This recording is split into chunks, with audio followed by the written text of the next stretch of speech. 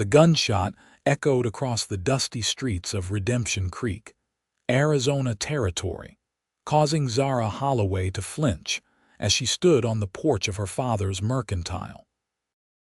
The year was 1879, and at 22, Zara had never imagined her life would hang in the balance of a forced marriage arrangement, yet here she was, watching as Randall Creed, the man her father had promised her to, demonstrated his marksmanship by shooting a bottle off a fence post. "Just a little reminder of what happens to those who cross me," Randall called out, his voice carrying across the street to where Zara stood. His eyes, cold as steel, met hers with a possessiveness that made her stomach turn. Zara's father, once a proud businessman, had fallen into debt after her mother's passing 3 years ago. His gambling had only worsened their situation, and now he'd struck a deal with the wealthiest and most feared man in the territory. Randall Creed would pay off all his debts in exchange for Zara's hand in marriage. 1 week, her father had told her that morning, unable to meet her eyes. "The wedding is in 1 week." As Randall holstered his gun and strutted toward the saloon, Zara slipped back inside the mercantile, her hands trembling. The shop was empty save for her father, who stood behind the counter counting the money Randall had given him as a down payment on their arrangement. "Father, please," Zara said, her voice barely above a whisper. "There must be another way." Thomas Holloway looked up, his once kind eyes now shadowed with defeat and shame. "I'm sorry, Zara. My debts are too deep. If I don't do this, we'll lose everything: the store, our home. Creed has agreed to keep you here in Redemption Creek. You'll want for nothing." "Except my freedom," Zara replied, tears threatening to spill. "You've heard the stories about how he treated his first wife before she died." Her father looked away. "They're just rumors." "Martha Jenkins saw the bruises herself when she helped prepare her body," Zara insisted. "Father, you're sentencing me to a life of misery." "I'm ensuring your survival," he countered, though his voice lacked conviction. "These are hard times, Zara. A woman alone has few options in this territory." Zara turned away, unable to look at him any longer. She retreated to the storeroom, leaning against a stack of flour sacks as she tried to catch her breath. Through the small window, she could see the open expanse of desert beyond the town limits. If she ran, how far would she get before Randall's men caught her? And what would happen to her father? The bell above the shop door jingled, signaling a customer. Wiping her eyes, Zara composed herself and stepped back into the main room. A tall man stood at the counter, his back to her. His broad shoulders were dusted with the dirt of the trail, and his dark hat had seen better days. As she approached, he turned, and Zara found herself looking into the most earnest pair of blue eyes she'd ever seen. "Miss," he greeted, tipping his hat. "I was hoping to purchase some supplies." "Of course," Zara replied, moving behind the counter. Her father had disappeared into the back office, likely to hide his shame from any customers. "What can I help you with, mister?" Isaac Jensen," he replied with a slight smile that softened his weather-worn features. He couldn't have been more than 26, with a strong jaw covered in a few days' worth of stubble. "Just rode in from Tucson, looking to restock before heading north."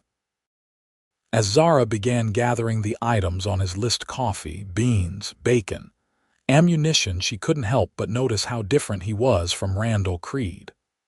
Where Creed was flashy and sharp-edged, this man was quiet and steady, his movements deliberate and calm. "You passing through or staying a while?" Zara found herself asking as she wrapped his purchases in brown paper. "Depends," Isaac replied, his eyes studying her face. "I hear there might be work at the Chambers Ranch outside of town. Thought I'd inquire before moving on." "Mr. Chambers is fair," Zara said. "Better than most in these parts." Isaac nodded, paying for his goods. As he gathered his packages, their fingers brushed, and Zara felt a warmth spread through her that had nothing to do with the Arizona heat. "Are you all right, Miss Holloway?" he asked suddenly, his voice low. "You seem troubled." Zara blinked in surprise. "How did you know my name?" Isaac smiled and pointed to the sign above the counter that read Holloway's Mercantile Thomas and Zara Holloway, proprietors. "Oh," Zara said, embarrassed. "Yes, I'm fine, thank you for asking."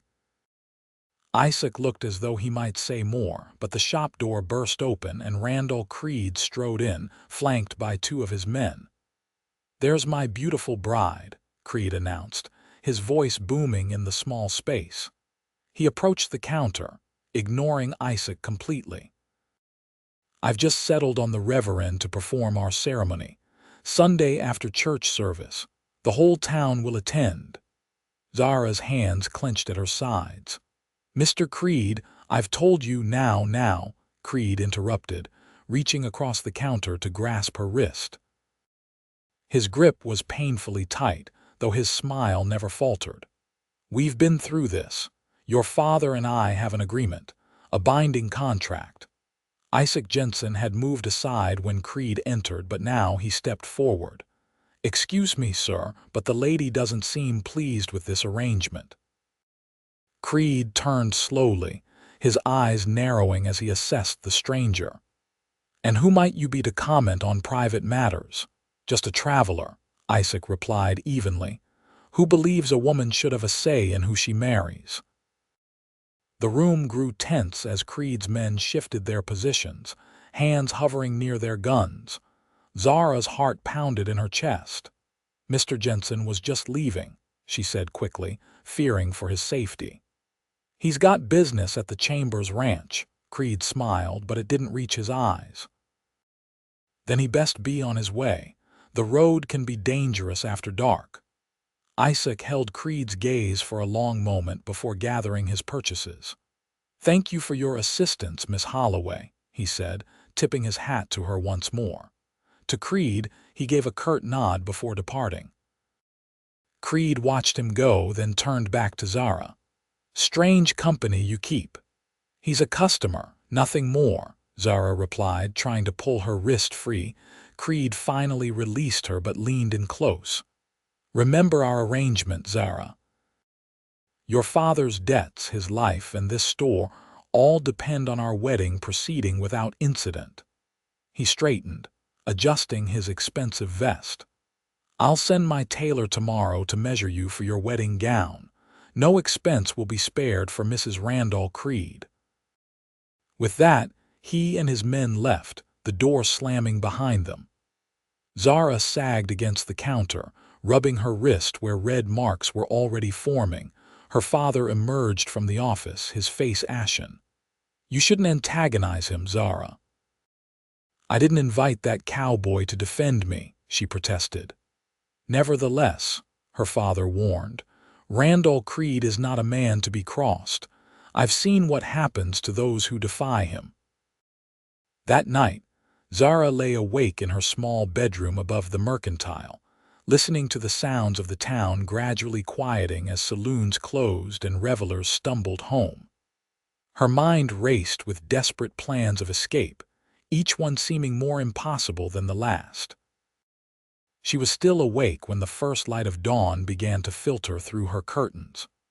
Resigned to facing another day of dread, she rose and dressed, then descended to begin preparing the store for opening. As she unlocked the front door, she noticed a small package on the doorstep. Puzzled, she picked it up and unwrapped it to find a small leather-bound journal with a note tucked inside. For thoughts too precious to speak aloud. I.J. Zara quickly hid the journal in her apron pocket as she heard her father stirring upstairs. Throughout the morning, she found herself touching the small book, wondering why a stranger would show such kindness. Her answer came shortly after noon when Isaac Jensen returned to the store, this time requesting ammunition and additional supplies. "Did you find work at the Chambers Ranch?" Zara asked quietly as she filled his order, conscious of her father's presence nearby. Isaac nodded. "Started this morning. Mr. Chambers has a herd that needs moving to northern grazing lands. I'll be here at least through the month." He paused, then added softly, "Maybe longer depending on certain circumstances." Their eyes met, and Zara felt a flutter in her chest. "Thank you for the journal," she whispered. "Everyone needs a place for their true thoughts," he replied. Then, glancing to ensure Thomas wasn't watching, he slipped a folded note across the counter. "Meet me at the old oak by the creek tonight at sunset if you can. I may have a solution to your problem." Before Zara could respond, Isaac paid for his purchases and left. She quickly tucked the note into her pocket alongside the journal, her mind racing with possibilities. That evening, Zara told her father she was visiting her friend Martha Jenkins to discuss wedding preparations. The lie tasted bitter on her tongue, but desperation drove her steps as she made her way through town and toward the creek that ran along its eastern edge. The ancient oak stood as a sentinel against the backdrop of the setting sun, its massive branches stretching toward the darkening sky. As Zara approached, she saw Isaac leaning against the trunk, his hat in his hands. "You came," he said, straightening as she neared. "I shouldn't have," Zara replied, glancing nervously over her shoulder. "If Creed's men see us together, they won't," Isaac assured her. "I made sure of it." Zara studied him, this stranger who seemed determined to help her. "Why are you doing this, Mr. Jensen? You don't know me." Isaac's expression grew serious. "I know enough. I know that no woman should be forced into marriage, especially not to a man like Randall Creed." He took a deep breath. "I've heard about him in other towns. His reputation extends far beyond Redemption Creek." "Then you know why I fear him," Zara said quietly. Isaac nodded. "That's why I'm offering you a choice." He stepped closer, his eyes sincere in the fading light. "Choose me instead." Zara blinked in confusion. "What? Marry me," Isaac clarified. "Not for love, we barely know each other, but for protection. As my wife, Creed couldn't touch you. We could leave here tonight, head north to Colorado territory. I have connections there, people who would help us." "You're asking me to run away with you? A complete stranger?" Zara asked, incredulous. Isaac shook his head. "I'm offering you freedom from Creed. Once we're safely away, if you wish to go your own way, I won't stop you. But my offer of marriage stands either way as protection, until you decide what you truly want." Zara stared at him, searching for any sign of deception in his eyes, but finding only honest determination. "What about my father? Creed would surely take revenge on him." "I've thought of that," Isaac admitted. "Before we leave, we'll pay off his debt." "How?" "Creed says my father owes him over $2,000. Isaac reached into his coat and pulled out a small leather pouch. "I have savings, nearly $1,500, and this." He held up a gold pocket watch. "It was my father's, worth at least $500 to the right buyer." "You would give up your savings and your father's watch for a woman you just met?" Zara asked, disbelieving. Isaac's expression softened. "I would give it up to prevent an injustice." He placed the pouch and watch back in his pocket. "We don't have much time. Creed's men patrol the town at night. If we're going to leave, it needs to be now." Zara's mind whirled with the implications. To flee with this stranger meant abandoning everything she knew, risking the unknown. To stay meant surrendering to a life with Randall Creed, a man known for his cruelty. "I need to speak to my father first," she finally said. "He needs to know what I'm doing and why." Isaac nodded. "I'll come with you, then we'll need to move quickly." Together, they made their way back to the mercantile, keeping to the shadows to avoid being seen. Thomas Holloway was closing up the shop when they slipped in through the back door. "Zara, I thought you were with Martha." He stopped short when he saw Isaac. "What's going on here?" Zara took a deep breath. "Father, this is Isaac Jensen. He's offering to help us pay off your debt to Randall Creed." Thomas's eyes narrowed with suspicion.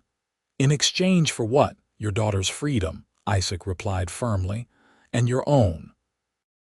Over the next hour, Zara and Isaac explained their plan.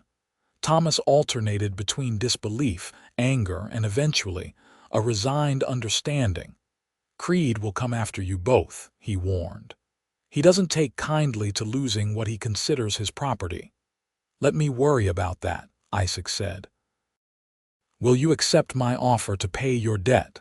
Thomas looked at his daughter, seeing the determination in her eyes. "You truly wish to go with this man, a cowboy you barely know?" "I wish to escape a fate worse than death," Zara replied steadily. "Mr. Jensen offers me a choice which is more than Creed ever did." After a long moment, Thomas nodded. "Then I will accept your help, Mr. Jensen, but promise me you'll protect my daughter." "With my life," Isaac vowed. They worked quickly after that. Zara packed a small bag while Isaac and Thomas counted out the money. By midnight, they were ready to depart. "I'll deliver the money to Creed at first light," Thomas said. "By then, you two should be well on your way north." Zara embraced her father tightly. "I'm sorry it came to this." "No," Thomas replied, his voice thick with emotion. "I'm the one who should be sorry. I failed you, Zara. Perhaps this is your chance at a better life." With a final goodbye, Zara and Isaac slipped out the back door and made their way to the livery where Isaac had stabled his horse. Alongside his own mount, he had purchased a sturdy mare for Zara earlier that day, anticipating her agreement. "You were confident I would accept your offer," Zara observed as they led the horses quietly out of town. "Hopeful," Isaac corrected. "Not confident." They rode through the night, pushing the horses as hard as they dared in the darkness. By dawn, they had covered nearly 20 miles, the town of Redemption Creek nothing but a distant memory behind them. They stopped to rest by a small spring sheltered by cottonwoods. As Zara watered the horses, Isaac kept watch, his eyes scanning the horizon for any sign of pursuit. "You think he'll come after us?" Zara asked, joining him. "Depends on whether your father's payment satisfies him," Isaac replied honestly. "But men like Creed often value their pride more than money." Zara nodded, gazing back the way they had come. "I've never been beyond Tucson before. The furthest north I've been is Prescott. Colorado is beautiful," Isaac told her. "Mountains that touch the sky, forests so thick you can't see through them, rivers clear as glass. And your people there. Who are they?" Isaac's expression grew distant. "My brother and his wife run a small ranch near a town called Silverton. They'll welcome us until we decide what's next." "What is next?" Zara asked softly. "For us, I mean." Isaac turned to her, his eyes serious. "That depends on you, Zara. I meant what I said. Once we're safe, you're free to choose your own path. My offer of marriage stands, but only if you want it." Zara studied him in the early morning light. This man, this stranger who had risked everything to help her escape a terrible fate, intrigued her. There was a quiet strength about him, a decency that was rare in these wild territories. "Why did you really help me, Isaac?" she asked. "The truth." Isaac was silent for a long moment. 2 years ago, in a town called Mesa Grande, I watched a woman forced to marry a man like Creed. She was the daughter of my employer, a rancher who fell on hard times. The man she married seemed respectable enough at first, but he trailed off, his jaw tightening. 3 months after the wedding, they found her body at the bottom of a ravine. Her husband claimed it was an accident, that she fell while riding, but I saw the bruises before they buried her. "You knew her well?" Zara asked gently. "I was sweet on her," Isaac admitted. "Never told her so." By the time I worked up the courage, her father had already made the arrangement. I did nothing to stop it, and she died. He looked at Zara, his eyes haunted. I swore I'd never stand by again if I could help it. Understanding dawned on Zara. So I'm your redemption. Isaac shook his head. No. You're a woman who deserved a choice, nothing more. Their moment was interrupted by the distant sound of hoofbeats. Isaac immediately tensed, reaching for his rifle. Get behind those rocks, he instructed, gesturing to a nearby outcropping. If it's trouble, take the horses and ride north. Don't stop until you reach the next town. Zara wanted to protest, but recognized the gravity in his voice. She led the horses behind the rocks and waited, her heart pounding as the hoofbeats grew louder. A single rider appeared, pushing his horse hard. As he drew closer, Zara gasped in recognition. It was Jack, the young stable boy from Redemption Creek. Isaac stepped out, rifle ready. That's far enough, boy. Jack reined in his horse, raising his hands to show he meant no harm. Mr. Jensen, Miss Holloway, your pa sent me, miss. Said to tell you Creed didn't accept the money. Zara emerged from hiding. What happened, Jack? The boy, no more than 15, looked exhausted and frightened. Mr. Creed came to the store at dawn looking for you. When your pa tried to give him the money, Creed threw it back in his face. Said you belonged to him now and no amount of money would change that. Jack swallowed hard. He beat your pa something awful, miss. Doctor's with him now. Zara felt as though the ground had dropped from beneath her feet. Is he? Will he live? Doctor thinks so, Jack replied. But that ain't all. Creed's gathered a posse. 8 men, all armed. They're coming after you both. Your pa gave me his fastest horse and told me to warn you. Isaac's expression hardened. How far behind you are they? An hour, maybe less, Jack said. I took shortcuts they wouldn't know about.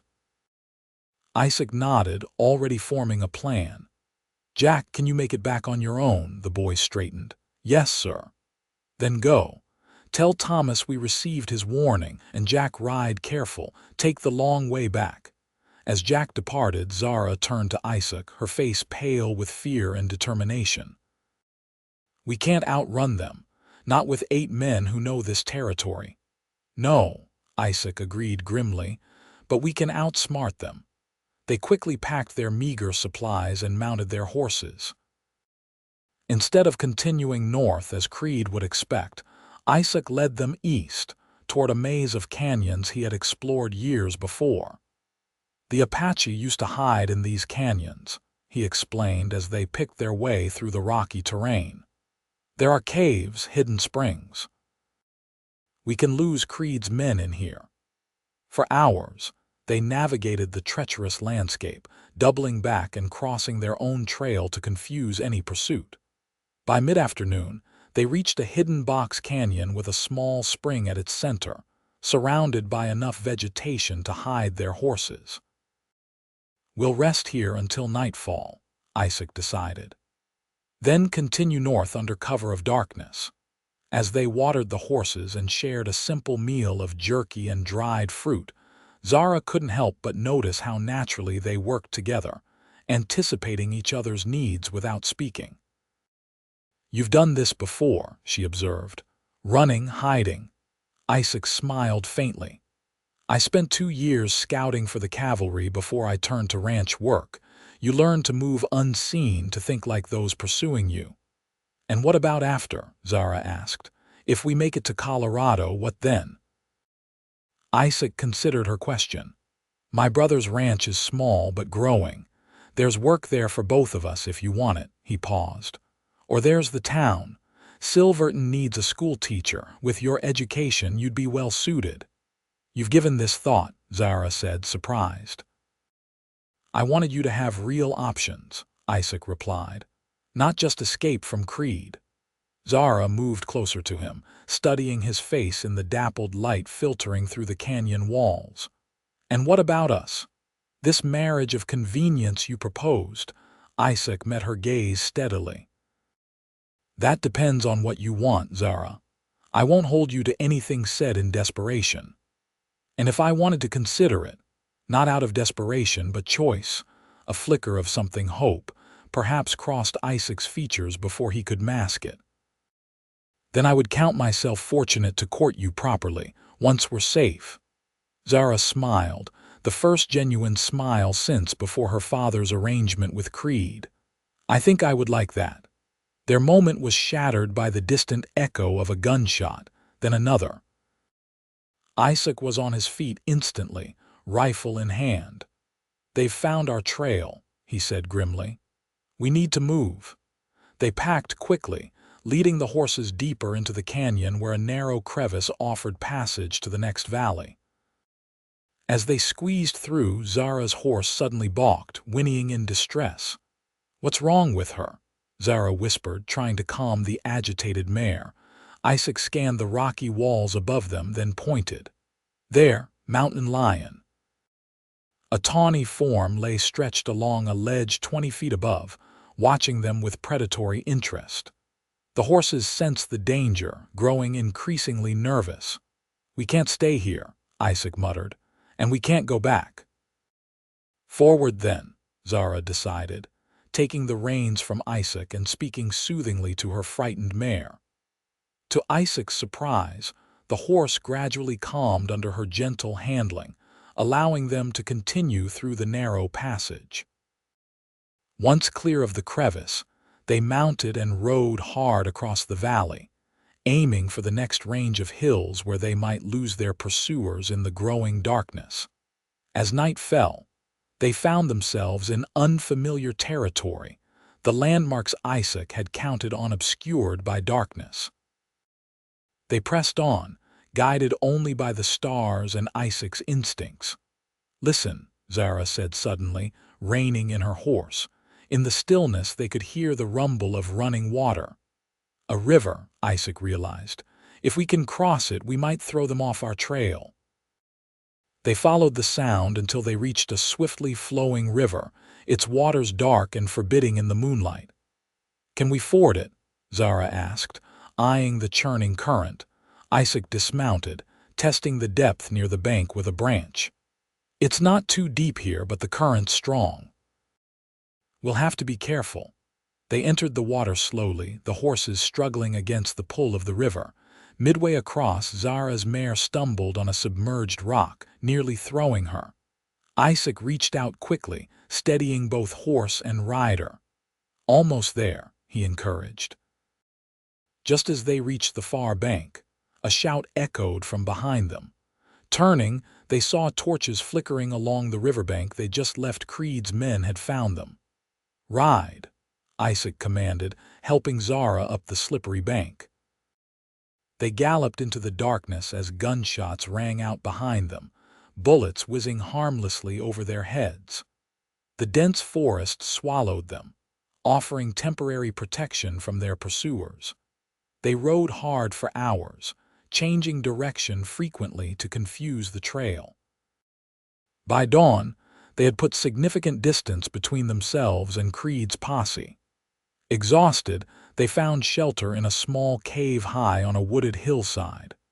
"We should be safe here for a few hours," Isaac said, collapsing against the cave wall. "They'll have trouble tracking us through the river and forest." Zara nodded, too tired to speak. She settled beside him, and before long, both had fallen into an exhausted sleep. Zara woke to find Isaac gone. Panic seized her until she spotted him at the cave entrance, rifle across his knees as he kept watch. "Any sign of them?" she asked, joining him. Isaac shook his head. "Nothing yet, but they're persistent." He offered her his canteen. "We're about 30 miles from the territorial border. Once we cross into Colorado, Creed's influence diminishes." "But not his vendetta," Zara said softly. "No," Isaac agreed. "Men like him don't forget." They shared a sparse breakfast before continuing their journey north. The day passed without incident, allowing them to make good time through the rugged terrain. By nightfall, they had reached the territorial border, marked by a weathered sign welcoming travelers to Colorado. "We made it," Zara breathed, a weight lifting from her shoulders. "Not home free yet," Isaac cautioned, "but closer." They made camp in a protected hollow, lighting only the smallest of fires to cook a rabbit Isaac had shot. As they ate, Zara found herself studying Isaac's profile in the firelight. "Tell me about your family," she requested. "Your brother and his wife." Isaac smiled. "Daniel's 3 years older than me, stubborn as they come but loyal to a fault. His wife, Emma, is from back east. Came out here as a mail-order bride, but Daniel met her stagecoach and that was that. They have 2 little ones now, Sarah and James." "They sound wonderful," Zara said, trying to imagine the family that might soon welcome her. "They are," Isaac assured her. "Daniel built the ranch from nothing after our parents died. 10 years of hard work, but it's growing into something special." "And what about you?" Zara asked. "What do you want from life, Isaac Jensen?" Isaac was quiet for a long moment. "Peace," he finally said. "A home, land of my own someday, children maybe." His eyes met hers across the fire.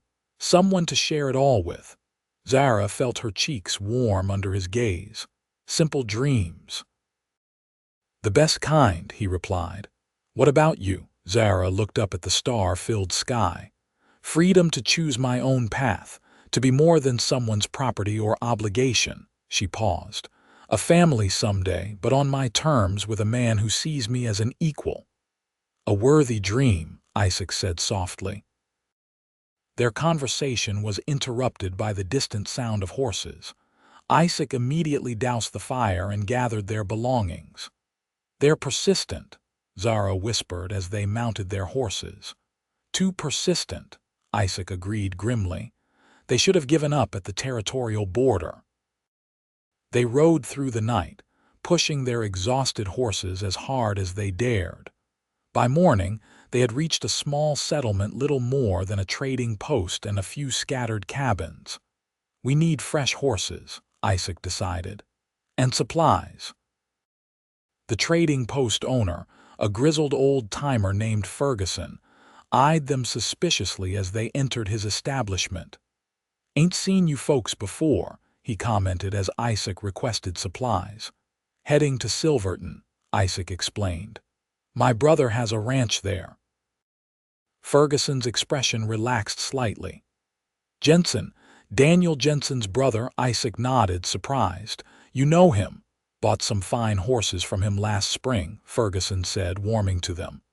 "Good man, your brother, fair dealer." As Ferguson gathered their supplies, Zara browsed the small store, relieved to be among civilization again after days in the wilderness. "Got 2 decent horses I could trade you," Ferguson offered. "Nothing fancy, but they'll get you to Silverton." The transaction was quickly arranged, and within an hour, they were mounted on fresh horses with replenished supplies. As they prepared to depart, Ferguson approached with a concerned expression. "Might want to know," he said quietly. "Had some hard-looking men through here yesterday. Asking about a young couple heading north. Didn't like the look of them, so I kept quiet." Isaac's expression darkened. "How many?" "3," Ferguson replied. "Said they got separated from their friends. Had a leader, flashy dresser, mean eyes." "Creed," Zara whispered, fear clutching at her heart. Isaac nodded grimly. "Which way did they go?" Ferguson pointed north, toward Silverton. "But they were asking about all the trails, all the settlements, like they were planning to split up and search." "Thank you for the warning," Isaac said, pressing a few extra coins into Ferguson's hand. "If they come back, never saw you," Ferguson assured them. "Good luck to you both." They departed immediately, but instead of taking the main trail to Silverton, Isaac led them on a more circuitous route through the foothills. "We're only 2 days from Daniel's ranch," he explained. "If we can avoid the main trails, we might slip past Creed's men." For a day and a half, they traveled without incident, the mountains growing more majestic as they pushed deeper into Colorado territory. Zara found herself captivated by the landscape, so different from the arid deserts of Arizona. "It's beautiful," she breathed as they crested a ridge overlooking a vast valley, dotted with pine forests and meadows. Daniel's ranch is just beyond that next range, Isaac told her, pointing to the mountains ahead. We should reach it by nightfall tomorrow. They made camp that night in a sheltered grove, both allowing themselves to believe they might have finally escaped Creed's reach. As they sat beside their small fire, Zara found herself drawing closer to Isaac, seeking both his warmth and his presence. "When we reach your brother's ranch," she began hesitantly, "what will you tell them? About us, I mean." Isaac considered the question. "The truth, I think, that I helped you escape a forced marriage and that we're—" He paused, searching for the right words, "getting to know each other." Zara suggested with a small smile. Isaac nodded, returning her smile. "Yes, that we're exploring possibilities." Zara's hand found his in the darkness. "I like that." Their fingers intertwined, a simple gesture that nonetheless felt significant. For the first time since leaving Redemption Creek, Zara allowed herself to think beyond survival, to imagine what a future with this man might look like. Morning brought clear skies and renewed hope as they began what should have been their final day of travel. They rode through stunning mountain passes and verdant valleys, the beauty of the landscape lifting their spirits. "There," Isaac said late in the afternoon, pointing to a thin column of smoke rising from beyond the next ridge. "That's Daniel's ranch." Relief flooded through Zara. After days of fear and flight, they were almost safe. They urged their horses forward, eager to reach their destination before darkness fell. As they crested the final ridge, the ranch came into view below them, a sturdy main house, several outbuildings and corrals filled with horses. Even from a distance, it looked like a place where one could put down roots. They were halfway down the slope when 3 riders emerged from the trees ahead, blocking their path. Zara's blood ran cold as she recognized the man in the center, Randall Creed. "Well, well," Creed called out, his voice carrying across the distance. "The runaway bride and her cowboy hero." Isaac immediately drew his rifle, positioning his horse to shield Zara. "That's far enough, Creed." Creed smiled coldly. "You've led us on quite a chase, Jensen. I admire your determination, but this ends now." "How did you get ahead of us?" Isaac demanded, his mind racing for a way out of their predicament. "Telegraphs move faster than horses," Creed replied smugly. "Once I knew your destination, it was simply a matter of taking a more direct route while my men kept you running in circles." Zara felt despair washing over her. So close to safety, only to be intercepted at the last moment. "What do you want, Creed?" Isaac asked, though they all knew the answer. "What's mine?" Creed replied, his eyes fixed on Zara. "The girl returns with me. You, Jensen, can go on your way if you're smart."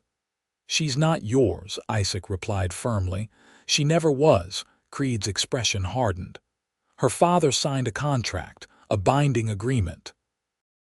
"A contract signed under duress has no legal standing," came a new voice from behind them. Zara and Isaac turned to see 3 riders approaching from the direction of the ranch. In the lead was a man who could only be Isaac's brother Daniel. The family resemblance was unmistakable.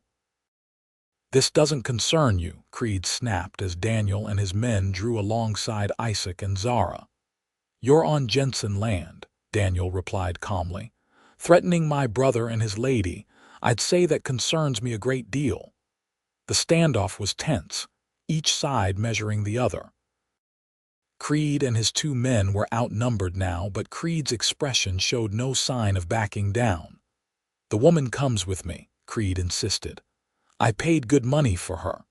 "People aren't property," Isaac retorted. "Not in Arizona territory, not in Colorado, not anywhere." Creed's hand inched toward his gun. "I don't leave empty-handed, Jensen." "Yes," Daniel said firmly, "you do, unless you'd prefer to leave in a pine box."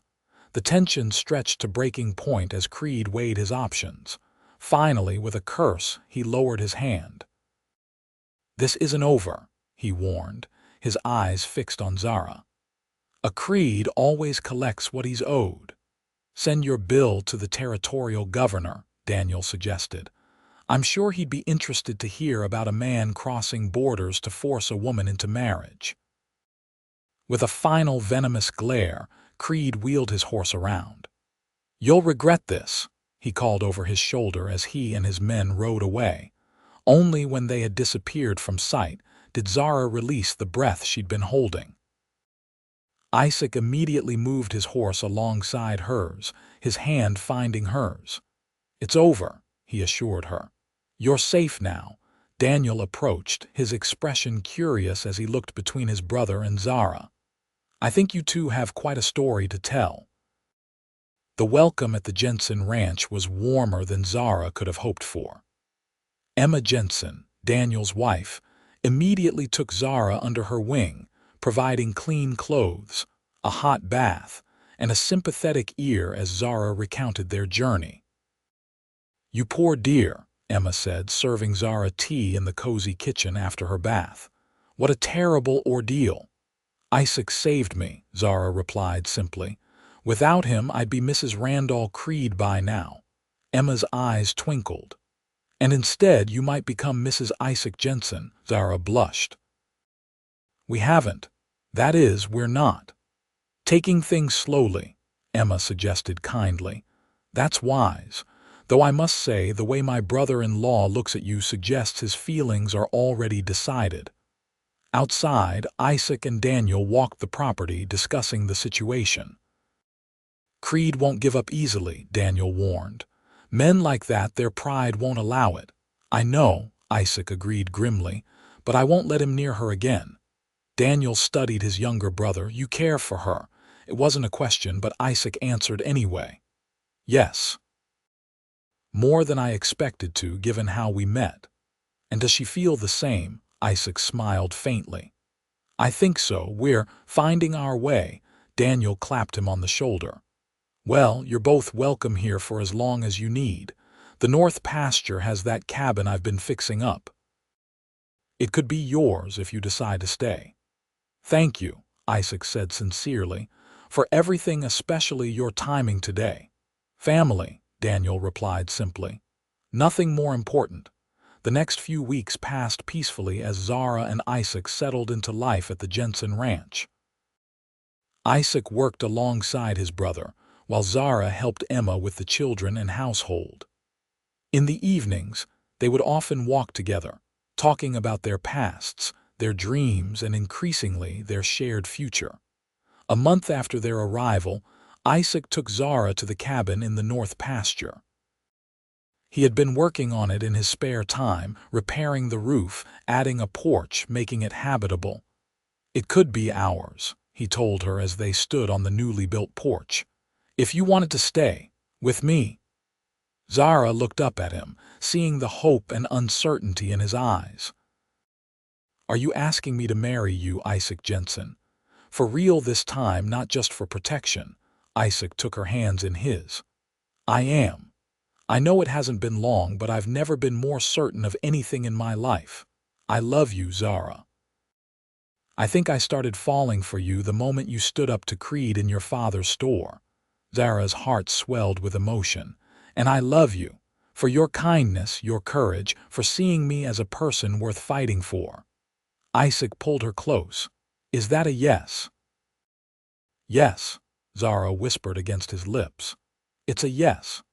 Their kiss sealed a promise that had begun with an outstretched hand and the words, "Choose me." They were married 2 weeks later in a simple ceremony at the ranch, surrounded by their new family. Daniel stood as Isaac's best man, while Emma stood with Zara. As they exchanged vows, Zara thought of how far she had come from that desperate day in Redemption Creek. She had fled a forced marriage only to find a true partnership, built on respect, choice, and growing love. Later, as they danced under the stars at their wedding celebration, Isaac held her close.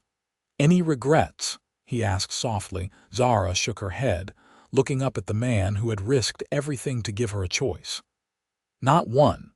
I chose you then, and I would choose you again. Every day for the rest of our lives. And in that moment, with the mountains standing witness and their future stretching before them, Zara knew she had found not just escape, but home.